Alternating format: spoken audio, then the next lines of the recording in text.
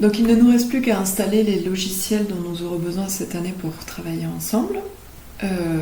Donc la première chose qu'on va installer, c'est ce qu'on appelle un éditeur de texte, donc c'est-à-dire une interface pour pouvoir taper du texte et l'écrire dans des fichiers sur le disque dur. Par exemple, Bloc-Notes sous Windows est un éditeur de texte.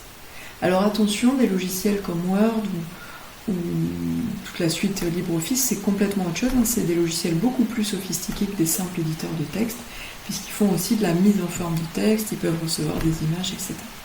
Là, nous, on a besoin simplement d'un éditeur de texte, parce que quand on écrit du code informatique, on écrit simplement des caractères ASCII, très simples, et c'est tout. Donc on a juste besoin de ça. Donc on va installer un éditeur de texte qui s'appelle Emacs, que je vous conseillerais cette année.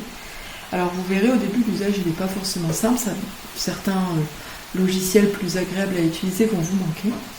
Mais je vous conseille celui-là parce que celui-là, je suis sûre qu'il sera installé sur votre machine au concours.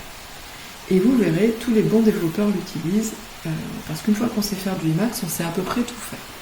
Et c'est toujours plus facile d'aller vers des logiciels plus agréables. Donc voilà, on va essayer celui-là.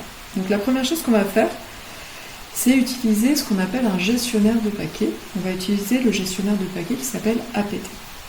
Alors un gestionnaire de paquets, c'est un méga logiciel dont le but est d'installer d'autres logiciels. Donc son travail, ça va être d'aller chercher à travers le web, sur des serveurs distants, des bibliothèques, des nouveaux logiciels, et de les rapatrier sur votre machine et de l'installer dans les bons endroits dans votre système d'exploitation. Donc la première chose qu'on va faire, c'est on va mettre à jour notre gestionnaire de paquets. Donc notre gestionnaire de paquets s'appelle APT. Donc sudo, ça veut dire super user do. Ça veut dire que cette commande, elle requiert d'avoir des droits spécifiques, d'être ce qu'on appelle administrateur, d'être super utilisateur. Donc ici, on oblige toutes les commandes qui doivent être faites en mode super utilisateur, c'est-à-dire avec des droits un petit peu plus avancés, on va mettre sudo devant. APT, c'est le nom du gestionnaire, et update, on va lui demander de mettre à jour sa base de données, notamment les adresses réseau auxquelles aller chercher les nouvelles versions des logiciels, etc. Donc il y a des gens qui s'occupent de mettre à jour ces serveurs avec les dernières versions des logiciels, et pour que tout se fasse le plus automatiquement possible en ligne de commande.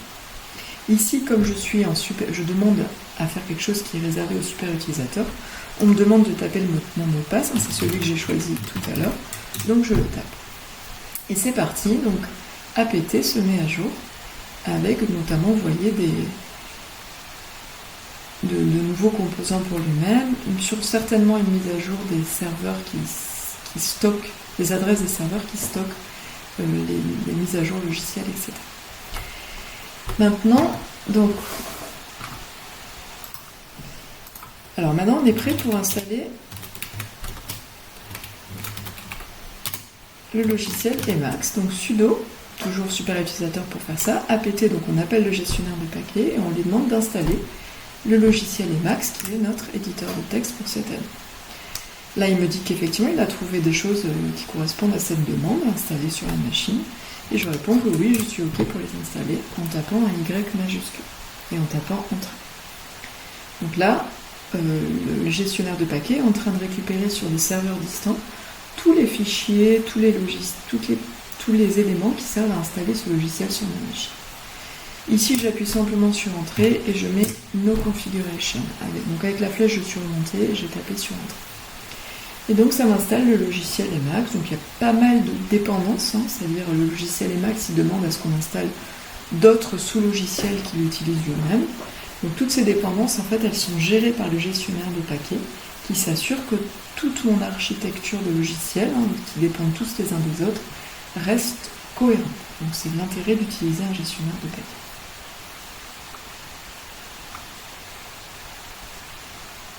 Vous avez pas mal de détails qui vous sont donnés sur les librairies qui sont installées. Voilà, vous pouvez lire, c'est intéressant. Je vous invite aussi à travailler votre anglais, vous voyez que tout est en anglais. Donc ça y est, c'est fini. L'éditeur de texte Emacs est installé. Alors pour le vérifier, on va éditer le fameux fichier Toto qu'on a créé tout à l'heure. On l'a créé où d'ailleurs ? Donc dans le document, dans informatique. Alors vous voyez, je vais vite à taper. Pourquoi ? Parce que j'utilise la touche tabulation à gauche de votre clavier pour compléter automatiquement le nom quand c'est facile de le deviner pour le système d'exploitation. Donc moi je touche frénétiquement sur cette touche, ce qui me permet de taper le minimum de caractères. On ne tape jamais les choses en entier, notamment les chemins d'accès à des fichiers. Et là, je vais afficher le contenu du fichier, donc qui est dans le document, le sous-dossier informatique et le fichier qui s'appelle toto.txt. Et je termine ma ligne de commande avec un esperluette ou un et commercial. Ça, c'est pour dire qu'une fois qu'il a ouvert une fenêtre avec le contenu du fichier, je veux qu'il me rende la main immédiatement dans le terminal de commande. Vous voyez, là, j'ai immédiatement la main qui m'a été rendue. Et Emacs, donc ça ressemble à ça, il s'est ouvert et on voit bien que le contenu, c'est bien bonjour la MPI, je l'avais modifié depuis Windows. Donc ça, on verra comment l'utiliser en cours. Pour l'instant, je vous demande juste savoir ça. Vous pouvez fermer la fenêtre. Alors, maintenant, il nous faut les logiciels qui vont nous permettre de coder en langage C, de faire du C. Donc, toujours sudo parce qu'on va avoir besoin d'installer des choses. apt, on va les installer avec le gestionnaire de paquets. Installe, et on va utiliser le logiciel GCC, en fait, qui est un compilateur C, c'est-à-dire quelque chose qui permet de transformer un code écrit en langage C en un programme exécutable par la machine, et qui va aussi installer toutes ses dépendances. Voilà. Donc là, c'est parti, je suis d'accord, et je suis OK pour qu'il installe tout ce qui est nécessaire pour pouvoir faire du C sur ma machine.